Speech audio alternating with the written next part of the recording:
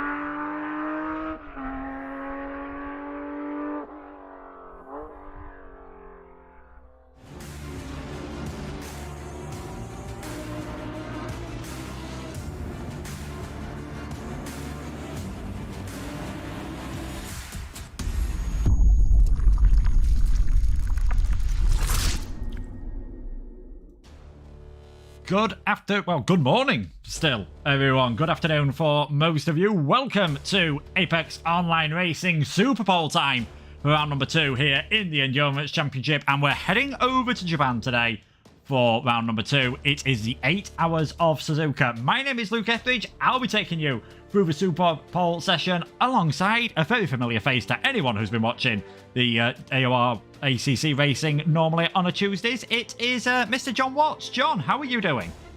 I'm doing very well, thank you. Obviously still a little bit battered and bruised with illness, unfortunately, at the moment, but there's nothing like a good bit of endurance racing and SUPERPOLE action to take your mind off it. So very much looking forward to seeing what these top 10 guys from the qualifier can get up to. And also nice to be joining you in the comms box for the first time as well, Luke. It's I think it's going to be a good one. And yeah, looking forward to see what they all get up to. Yeah, it should be an interesting SUPERPOLE session. Definitely, we've been watching the practice and it's been looking pretty good so far. So for anyone who's not familiar how this works, the drivers have been qualifying over the last week, and then the top 10 best average time, so taken across all their drivers, managed to get into this SUPERPOLE session.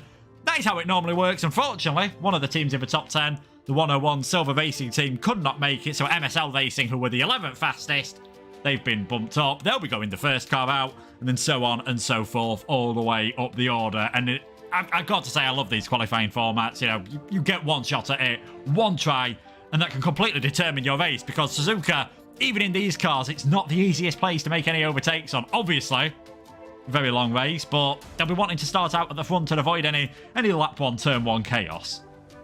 Yeah, without a doubt. And also a big aspect of Suzuka, which we've got lined up kind of in the server, and we also see in general kind of racing that we see in real life around there, changeable conditions, and you want to be as far up the order as early as possible so that you've got that kind of more freedom of choice of maybe being able to play around with those conditions a bit more without being so concerned about how that may sort of chop and change you through the order. So yeah, these guys all will be looking to get the best qualifying position they possibly can. The SUPERPOLE, like I say, one shot, everything on the line.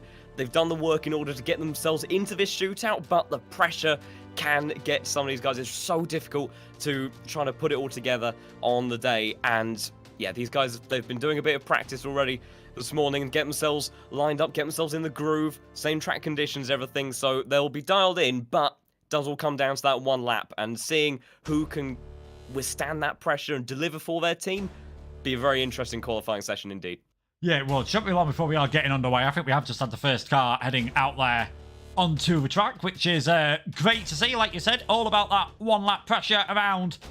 You know, there's some very good tracks on this game, but I've got to admit, I agree with anyone who watched the Formula 1 last weekend, Sebastian Vettel.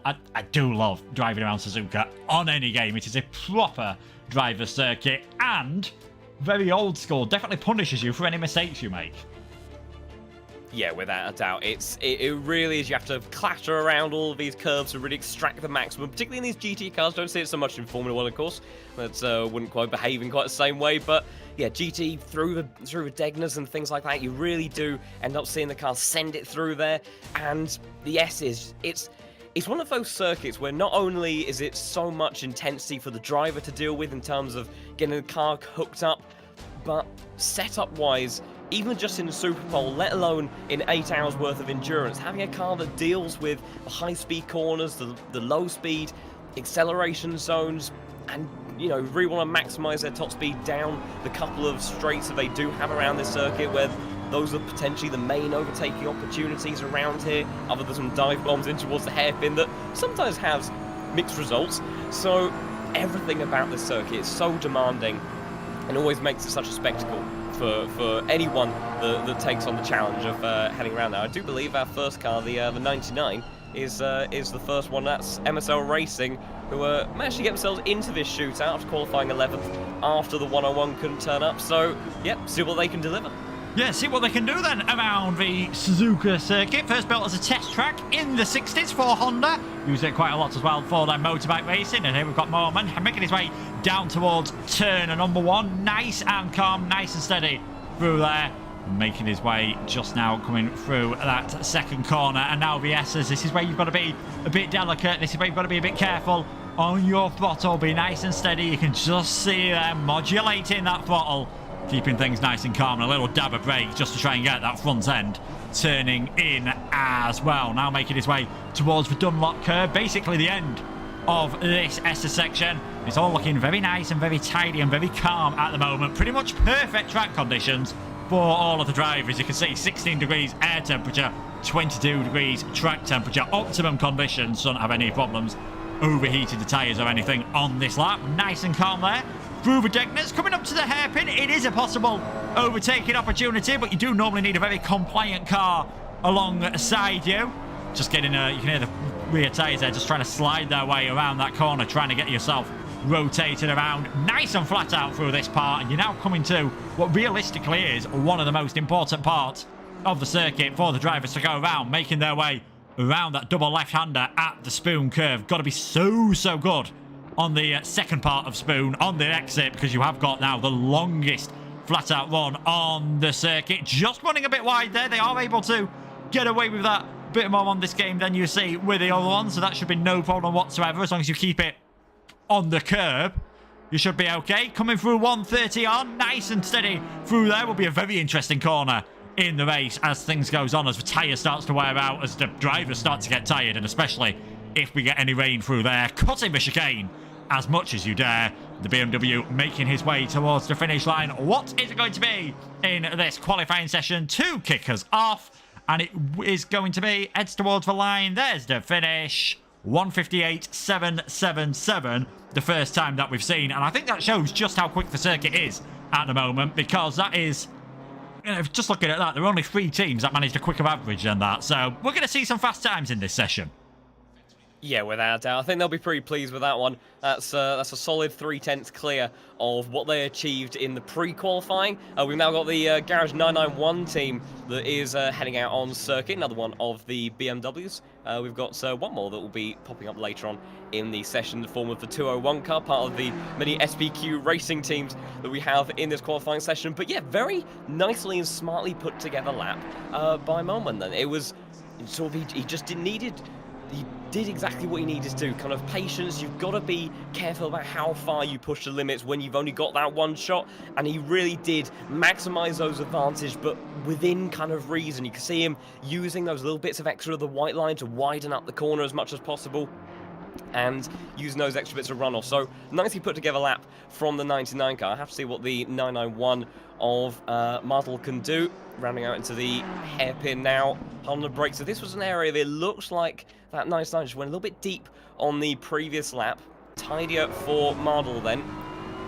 And then accelerates up towards the hill of Spoon Curve. Once again, as you say, Spoon Curve, such an important corner for this circuit. It really has so much effect on your lap time, and also it's a dangerous one in terms of this exit curve in the middle of the corner. Sometimes Martel got a little bit of slide and then took a little bit too much apex on 14 there, so that may compromise the speed down this back straight. This is exactly the sort of problem that you can run into because there's such a flow through there, and that exit curb, it can just upset the car just a little bit. And unfortunately, I think Mardle suffering from that ever so slightly. Nicely through 130R. It's an area that you do not want to run too wide at, in caution of invalidating course. But 991 going to round out his lap then on the power nicely and neatly out of the Casio triangle, and then see his finish line a little bit further down the road than it appears. But the 991 then hitting time beam, and 0.03 of a second away from the 99. So maybe slightly disappointed in that lap, but still a pretty good effort there from the 991 team. Yeah, it's give us an idea of just how close things are going to be today. It's going to be a fantastically close session. Next up, it's going to be the Lipar Esports car with Mark Winner. Now, if you'll notice, we've got a mix here of the normal Platinum class drivers and what some people who are familiar with ACC might know as the M class. On here, we're calling it the Bronze. That is the 99 and the 49. They are just reserve drivers, so just because they've got the red square behind their number does not mean they are any less slower than anyone else that is in here at the moment. So, not too surprising we've got one towards the top. And in fact, the number 49, the Race Anywhere SimSport car, was the second fastest. So they'll be the penultimate car heading out in this session, just 7 thousandths between themselves and the number 3 on their average lap time. So yeah, going to be incredibly close indeed as we get the first of our, first of our 2 Aston Martins making our way round. The other one is the Virtual Racing team. They're leading the championship at the moment. Car number 3 is leading this championship, courtesy of their win about a month ago at Paul Ricard. It was the Renvalten Esports youngster team, the number 444, who have got Vax driving for them today. He's just about to start his lap. They were second last time out. And SPQ Racing, their 201 car, they finished 3rd at Paul Ricard as well. So those drivers who were quick last time and those teams who were quick last time, unsurprisingly, drivers is consistent. If you're good at one place, these guys are pretty much good anywhere. And it has looked very solid at the moment from the Aston Martin. I mean, I'm not too surprised to see Audis and BMWs dominating things around here in terms of the grid lineup in this SUPERPOLE.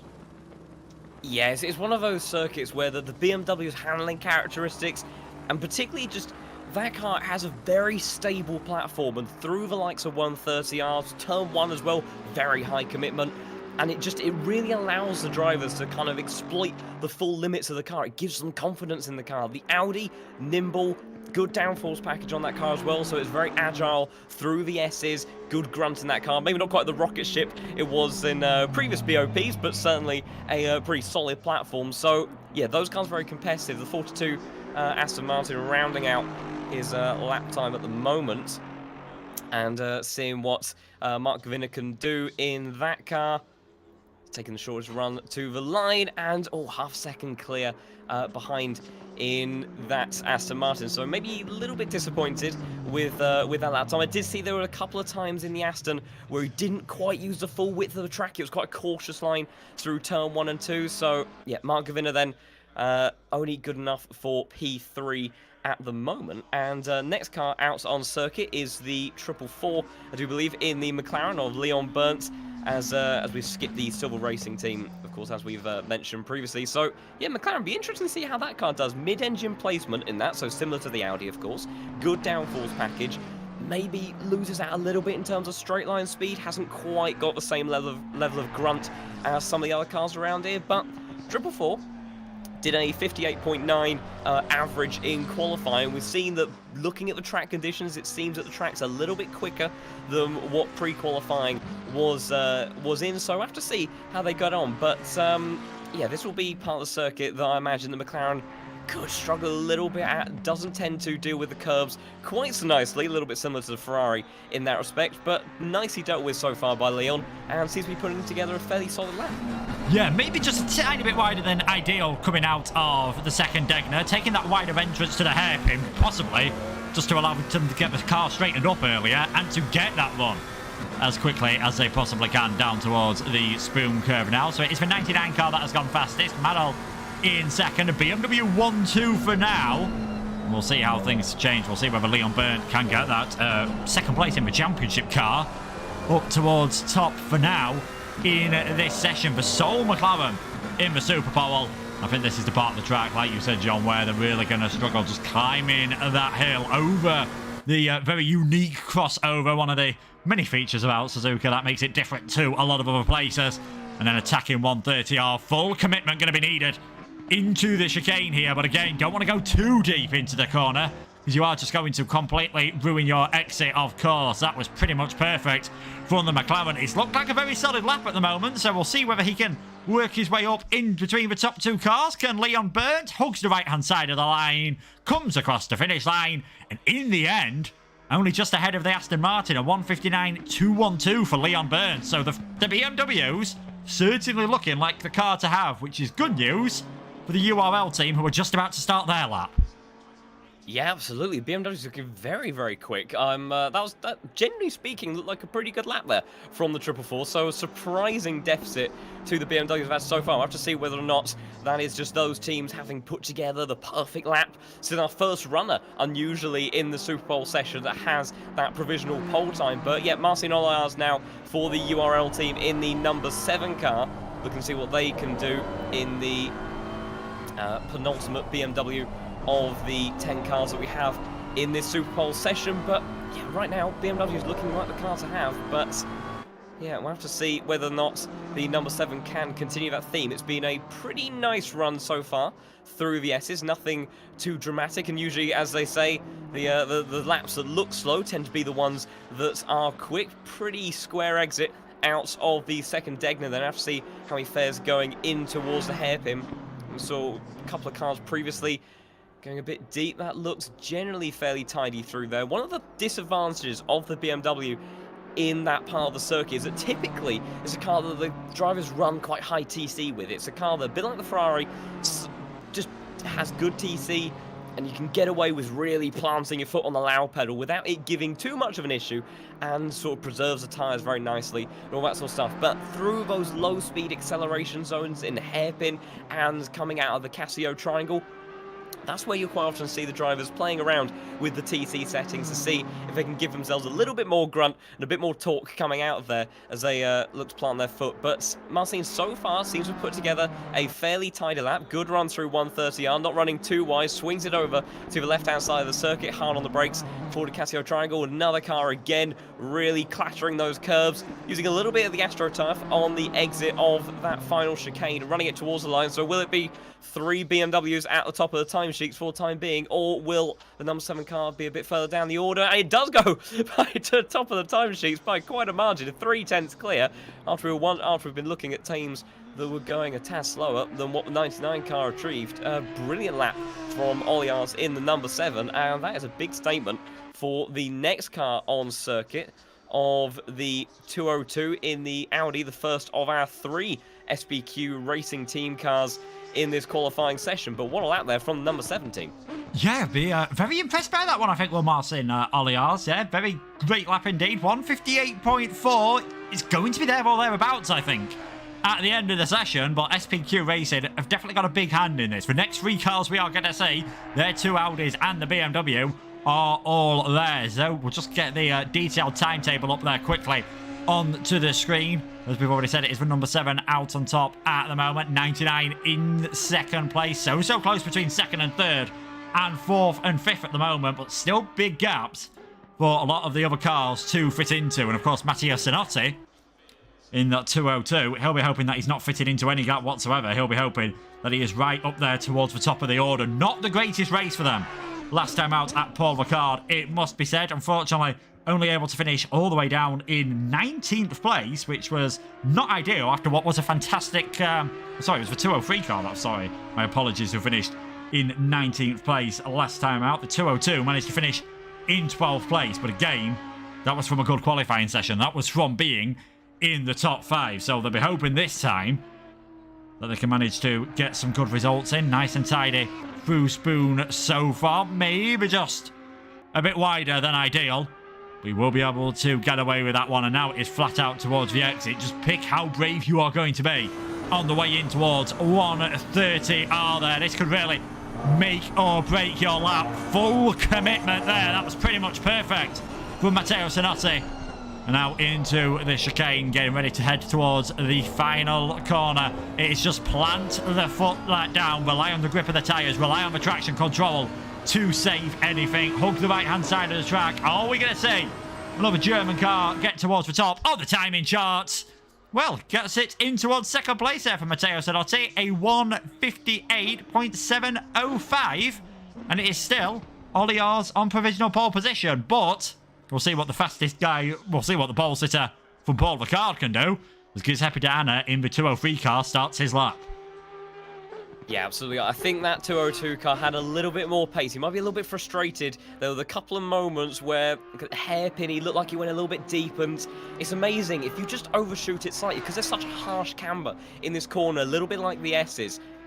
Even just a marginal overshoot, the amount of net speed and time that you can lose through that corner by not getting yourself quite hooked into that camber right on the apex can lose you a surprising amount of time. It just looked like he kind of came to a little bit of a halt through there, lost some momentum. The rest of the lap looked fairly neat and tidy, but I think the 202 car, Zanotti, will have been a little bit frustrated with what he got from that one. 203 now of Giuseppe, getting a little bit squirrely on the exit of the second Degner there, and kind of sweeps his way in towards the middle of the track, keeping up good momentum though generally. See how he fares in the hairpin again. Just looks it's not too wide, but it's just not quite spot on the money. You really, if you can, really do want to just giving a little kiss to the apex on the inside of that hairpin, because it really does hook you through that corner and allow you to carry some more momentum up the hill, which, particularly if you're in a car which hasn't got the greatest amounts of torque, is even more crucial. You can get away with it a little bit easier in cars like the Audi, maybe the Porsche, for example. Huge acceleration, of course, out of that car. But, yeah, Giuseppe Dana maybe not quite getting the run through there that he would have liked. Going down into 130R then, huge commitment in this corner. Again, we've seen most drivers dealing with it quite nicely so far. It's a corner that can really chuck up a mess if you do throw a little bit too much at it.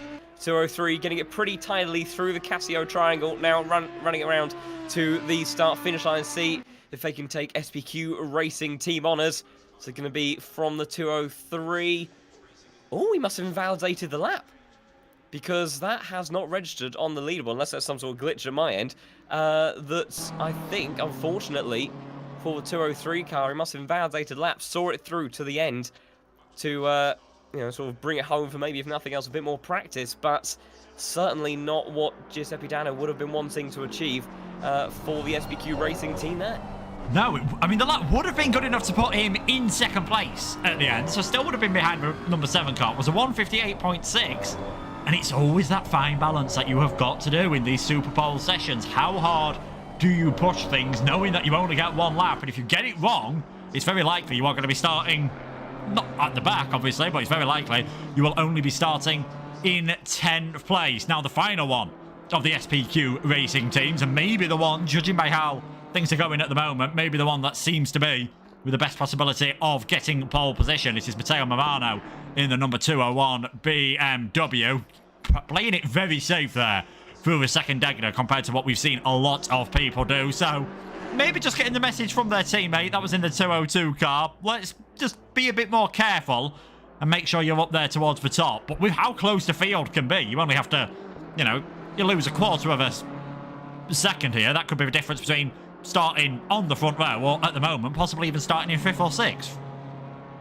Yeah, without a doubt. We saw in the little practice kind of warm-up before with SUPERPOLE that the margins at the tippy top were less than a tenth. So these guys, they really are putting everything down on the line when it comes to the SUPERPOLE session. And unfortunately, they're on that last one for the 203, not quite putting it together in the way they would have liked. The 201 seems to have had a fairly hooked up lap so far. Looks a bit cautious through all that. May have been a little bit too wide through 130R. I'm not sure.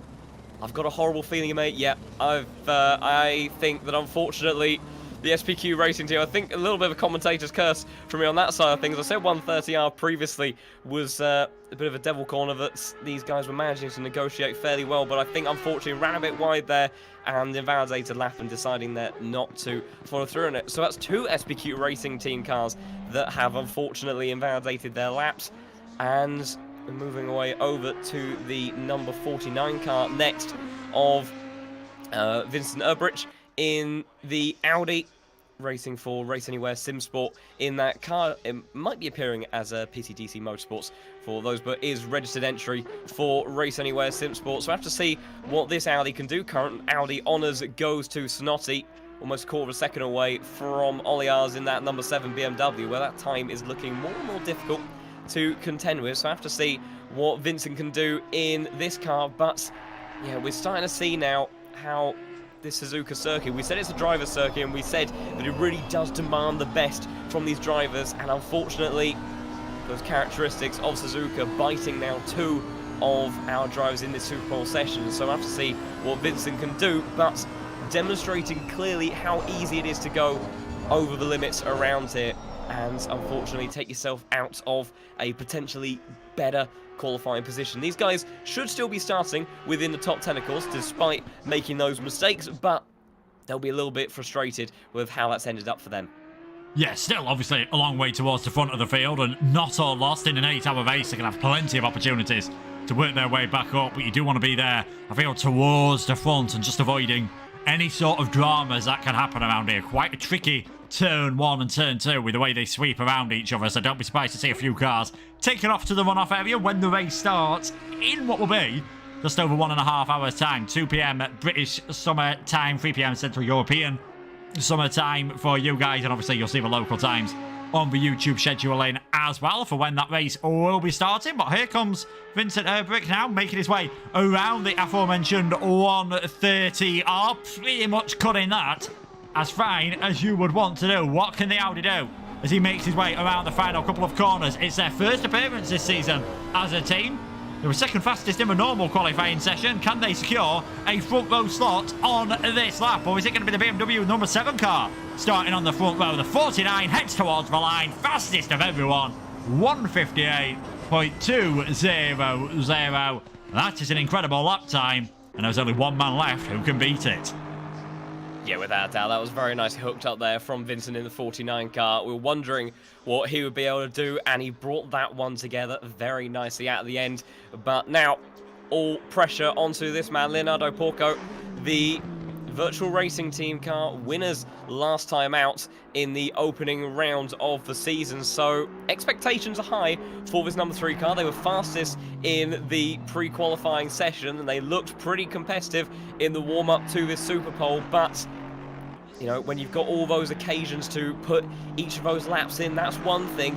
When it's a one-shot qualifying, that's a whole nother thing entirely. Previous Aston Martin, currently, unfortunately, the slowest of our drivers that put together a valid lap. Mark Gavina in the 42 car, so I have to see whether or not the virtual racing team car is more hooked up, and if Leonardo is dialed into the circuit, really taking huge amounts of curve through those Degners, and seems to be on a pretty good lap for the time being. Saw in the Audi that it looked a bit less comfortable in some of those sections where they were really biting the curb over that chicane, for example. The Aston Martin, a car that I think is a little bit of a halfway house between that and the BMW, is not the most comfortable, but is generally pretty stable.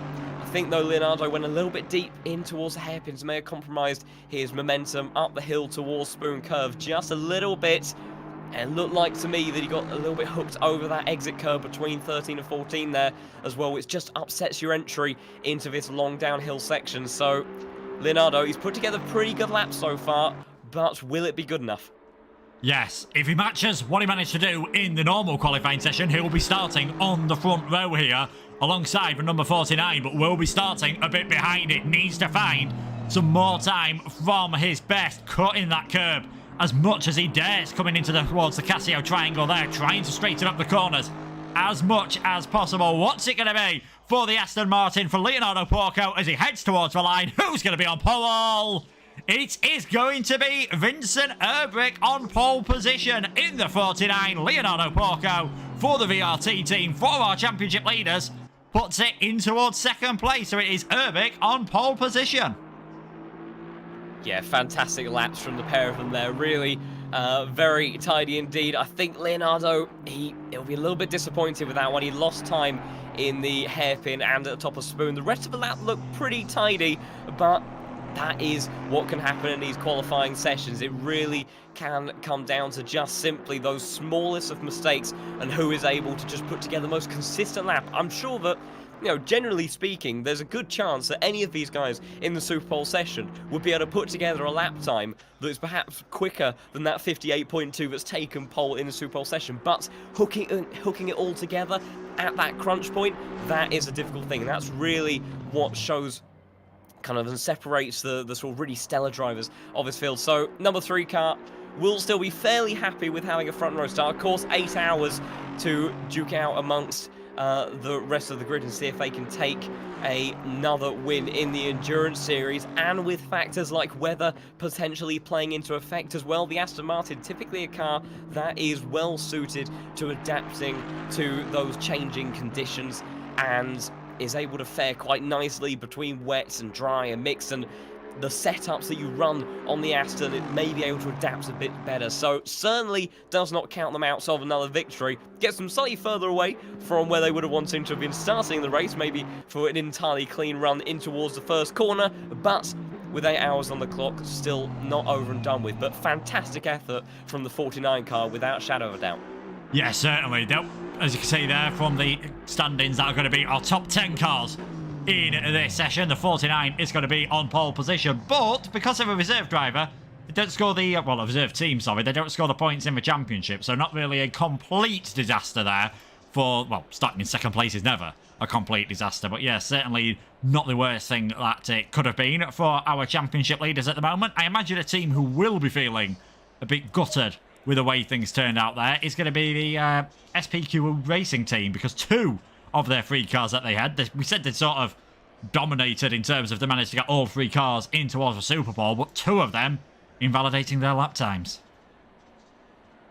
Yeah, they'll be very disappointed with that one. Unfortunately, yeah, 201 and 203 not putting together what they would have wanted. Better luck for Sonotti in that 202, of course, starting within the top 5 and puts them in a fairly good position. Of course, any of the positions that these drivers are in is still fairly strong going into the 8 hours race, which, as you said, we have starting in about 90 minutes time from now. So definitely time to still, you know, make any sort of final tweaks, consolidate themselves with the position. They now know where they're going to be starting. They can start to piece together how do they try to visualize that race, particularly at the start of any endurance race where it can be rather chaotic, of course, when you've just got absolute carnage going on with so many cars. Hopefully these guys will keep it all neat and tidy on the grid, of course, but really trying to visualize how you then find your path through those opening series of corners. Particularly there's a few of them in the opening part of Suzuka, of course, through all the S's and everything. So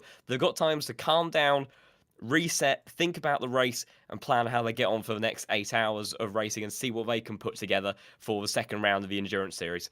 Yeah, should be some fantastic racing. Unfortunately, we're not going to be able to hear from our pole sitter. I think, you know, given the short time in between SUPERPOLE and the race starting in 90 minutes, like Jon said, they're all just preparing for that race. Now, it is going to be Jon. He'll be rejoining you again later on. He'll be taking you through the first part of the race alongside Tetradax, and then it will be Chinson and Christian Romano bringing it home for the final part of the race. Thank you so much, everyone, for joining us. Make sure to hit that subscribe button if you haven't already, and check out the rest of the AOR action we've got around the week alongside ACC. There's also F1 and other games as well. And make sure to check our sponsors, Driver61 and SIMSOK, down in the description below. But for myself and Jon, thank you so much for joining us. We'll see you for the race in 90 minutes time. Take care of yourself and goodbye.